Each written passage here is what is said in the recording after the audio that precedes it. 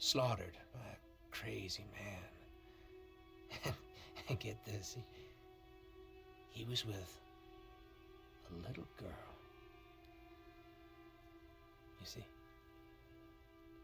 everything happens for a reason. Claire. Ashley, she brought humor to it. She just has some really great comedic timing. The way she reacts to the things around the world with a little bit of sarcasm, that teen kind of like trying to get a rise out of you. Now watch your step as you're going out, because it's going to be a little... It just brought a certain levity to the story that the story needed. You didn't even realize it needed it until she started doing some of that stuff. Oh, I'm sure your friend will be missing this tonight. Mm-hmm. It's light on the reading, but it's got some interesting photos.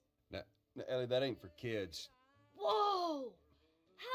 How the hell would he even walk around with that thing? Get rid of that. Well, hold your horses. I want to see what all the fuss is about. Oh, why are these all stuck together? I'm just fucking with you. Bye-bye, dude. Throughout the course of shooting over these past couple of years, Ellie and I have kind of morphed into each other, which I know sounds so cheesy. Neil always asks, he's like, well, what would you do in this situation? I think the most important thing that Ashley brought is a sense of capability to Ellie's character that wasn't there in the beginning. The very first thing we shot involved her being pulled out of a car and attacked, and Joel is supposed to go save her. It was written that Ellie sort of was just kind of watching on the side, just waiting till he was done, and I was a little frustrated because I was like, well, if this were real life, I would do something. We did a couple takes, and at some point she walked up to me and she said, I feel like I'd hit him.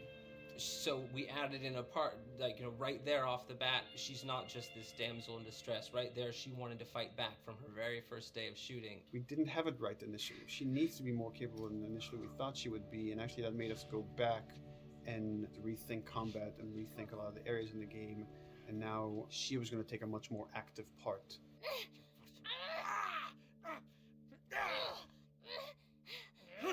Anything that requires, a lot of body movement, we do with the actors on the mocap stage. And we try as much as possible to use our actual principal actors, use their body motion as well as their voice. We capture it all at once there on the stage. Having the actors perform as well as being recorded at the same time was imperative to get an accurate performance. Because every time you split up the performance in any way, you lose some of that magic where they did a gesture or they delivered the line a certain way. And those things have to be in sync, or there's just something subconscious that's like off-putting about the performance when you don't do it that way. You are treading on some mighty thin ice here. I'm sorry about your daughter, Joel, but I have lost people too. You have no idea what loss is. Everyone I have cared for has either died or left me. Everyone fucking except for you.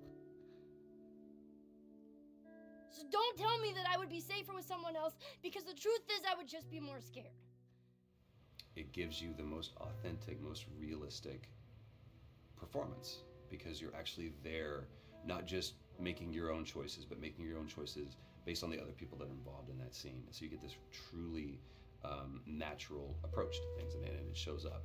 It's like theater in the round. You can do anything from any angle, and the smallest, most subtle thing we'll be able to pick up. There's no place to hide.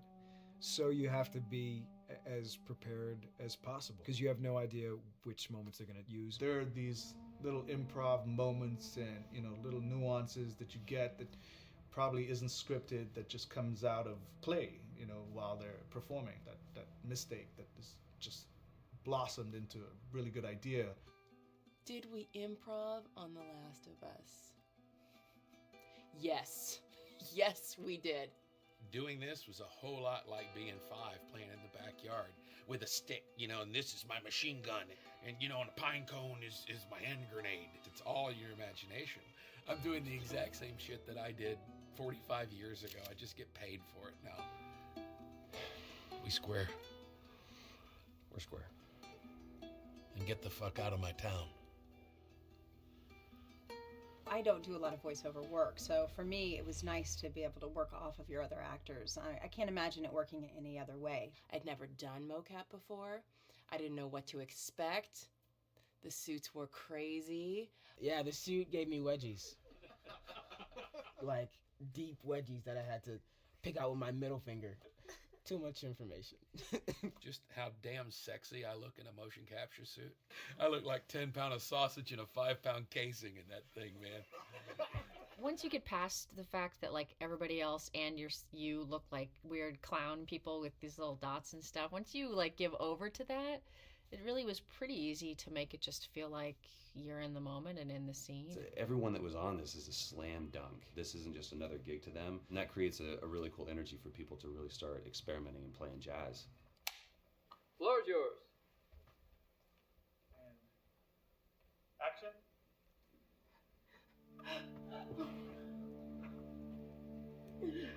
Fuck off! Hey! Oh, let her go.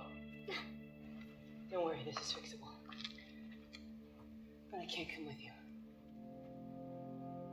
Well, then I'm staying. Ellie, I want Joel to watch over. Oh, no. Bullshit, I am Ellie. with him. I could just take her to the North Tunnel and wait for me there. Jesus Christ. Just cargo, Joel. How do you know them? You know, we craft the scene out until it has a good feel, and then we pass it off to animation to clean it up. Real life motions don't necessarily always translate into gameplay. There's something that's usually missing, so we have to, maybe enhance the gesture or enhance the shoulder movements or a breath that you want to be able to feel, but you don't really see it, so you can't really feel it unless you see it. Is everything all right? Yeah, everything's fine. I could have him lean in here a little bit more, like this, take his hand down. When they're on stage, they don't necessarily have windows, so that weight of like really pushing and leaning in, it's something that we would have to accentuate. Give him a little bit more weight on that turn, or put his head down a little bit more. There's a lot of dialogue that gets said between the two characters. We have to bring that alive through animation, and we have what we're using as gestures. Why would they mow down all these people? Can't let everyone in. If you turned off the sound, you'd know that they were talking to each other. And that really helps accentuate the relationship that the two have together. We have certain animations that play in the beginning of the game on Ellie. She's traveling with Joel, who she doesn't really know. There's a lot of gestures to make her look nervous, just her overall stance. Later on in the game, they develop a relationship through the animation, not just the dialogue. You can see that she's more comfortable around him. If that reads well with the player, then, we're doing our job.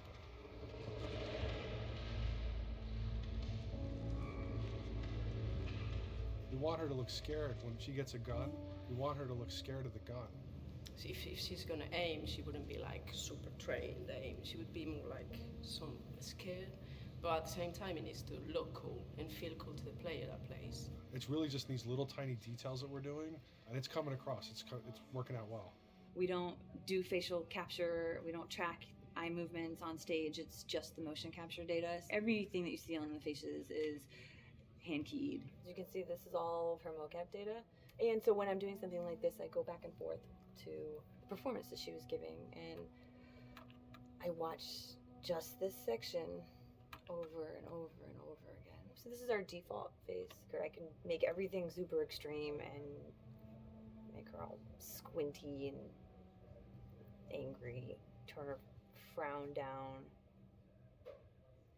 I can open her mouth, stick her tongue out. It's listen, watch. Okay, where's her mouth at this point? Like, is it open? Is she making like a grimace? About Tess, I don't even know. Here's how this thing's gonna play out. You don't bring up Tess. Ever.